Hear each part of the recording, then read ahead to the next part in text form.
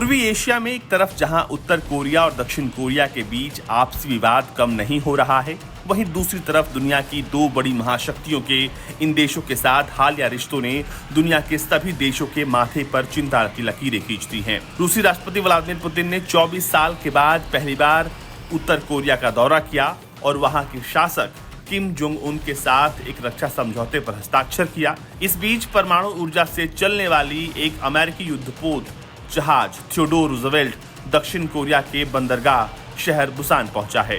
इस विमानवाहक पोत के पहुंचने के बाद से अब पूरे इलाके में तनाव बढ़ गया है। दक्षिण कोरिया की नौसेना के मुताबिक ये जहाज इस दक्षिण कोरिया और जापान के बीच संयुक्त सैन्य अभ्यास के लिए शामिल होगा। आपको बता दें कि अगस्त 2023 में कैंप डेविड शिखर सम्मेलन में तीनों देशों के नेताओं ने वार्षिक सैन्य प्रशिक्षण अभ्यास आयोजित करने पर सहमति जताई थी, क्योंकि उन्होंने दक्षिण चीन सागर में विवादित जलमार्गों में चीन के खतरनाक और आक्रामक व्यवहार की निंदा की थी। वहीं हाल ही में रूस और उत्तर कोरिया ने जो समझौता किया है उसको लेकर भी बहुत बवाल है, क्योंकि कई सालों से एशिया में रूस के सबसे महत्वपूर्ण प्रयासों में से ये एक था, जिसे किम जोंग उन की तरफ से गठबंधन के रूप में बताया गया।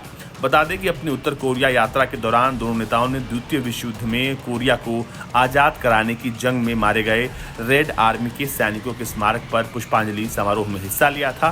वहीं इस दौरान उत्तर कोरिया ने यूक्रेन में रूस की सैन्य कार्रवाइयों के लिए देश के दृढ़ समर्थन की सराहना की थी। वहीं अगर हम अमेरिकी जहाज थियोडोर रूजवेल्ट के दक्षिण कोरिया के दौरे की बात करें तो 7 महीने के बाद किसी अमेरिकी विमानवाहक जहाज की यह पहली यात्रा है। इससे पहले एक और अमेरिका का विमानवाहक जहाज कार्ल विल्सन दक्षिण कोरिया की यात्रा पर पहुंचा था और अब इस युद्धपोत के पहुंचने के बाद से पूरे इलाके में तनाव है, क्योंकि इस पर सैकड़ों फाइटर जेट्स हैं, इस पर सैकड़ों हजारों सैनिक हैं और कहा जा रहा है कि इस युद्धपोत के आने से इस वक्त पूरे इलाके में तनाव है।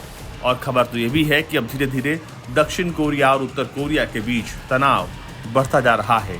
अब घटनाएं बढ़ रही हैं। ब्यूरो रिपोर्ट, भारत तक।